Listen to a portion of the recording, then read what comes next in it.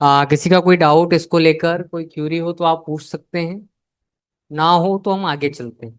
अब हम इसके आगे चलते हैं कि जैसे आपने यहाँ पर एक पॉइंट देखा कि भाई किस तरीके से हम सेल्स के बिल में क्यूआर कोड सेट करते हैं। ऐसे ही यदि आप चाहें तो इस सेल्स के बिल में बैंक डिटेल भी हम प्रोवाइड कर सकते हैं। तो बैंक डिटेल्स यदि आपको प्रोवाइड करनी है तो अभी तो हमारे पास बिल डिटेल बैंक डिटेल्स नहीं है। तो यदि आप चाहते हैं कि भाई बैंक डिटेल आ जाए तो उसके लिए आप क्या करेंगे, देखिए यहाँ पर यस बैंक बना हुआ है मेरा, और इसी में मैं डिटेल्स मेरी पुट कर लेता हूँ।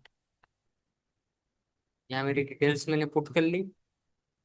मेरी बैंक का आईएफएससी कोड, ब्रांच बता दूंगा मैं यहाँ पर, जैसे नागपुर, इतना करके आप सेव कर लेंगे। और सेव करके यदि आपको बैंक डिटेल देना ही है तो आप कंट्रोल पी करें। कंट्रोल पी करने के बाद यहाँ से सी प्रेस करेंगे आप। सी प्रेस करने के बाद एक ऑप्शन आता है, यहाँ देखेंगे आप शो बैंक डिटेल्स, तो इसको हम यस करते हैं। और यस करने के जस्ट नीचे एक ऑप्शन आता है बैंक नेम, तो बैंक नेम पे आपको लेना है यस बैंक।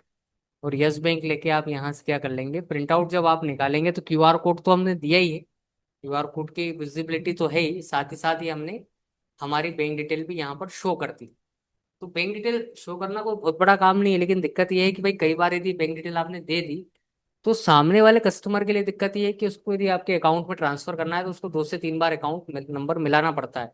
स्पेशली जो एनईएफटी आरटीजीएस या आईएमपीएस करते हैं उनके लिए, जो फोन पे गूगल पे का यूज करते हैं उनके लिए तो कोई भी ऐसी दिक्कत नहीं है। वो तो इमीडिएटली इसको स्कैन करेंगे और पे करेंगे। तो ये मैंने आपके साथ दो टॉपिक आज डिस्कस करे हैं।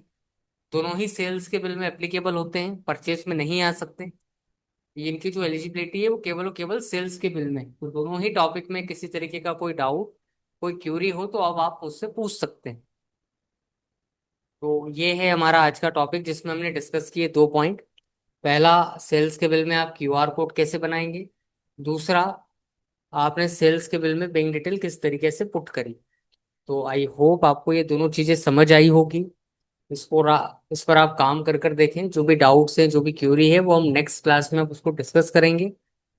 और जो हमारा नया लाइव बैच 4 मई से स्टार्ट होने वाला था उसकी डेट हमने एक्सटेंड करी है, 11 तारीख, 11 मई से हम उसको स्टार्ट करेंगे। तो जो भी कोर्स ज्वाइन करना चाहते हैं वो जल्दी से ज्वाइन करें, सीट्स लिमिटेड हैं। चलिए मिलते हैं कल एक नए टॉपिक के साथ। Thank you for watching, good night.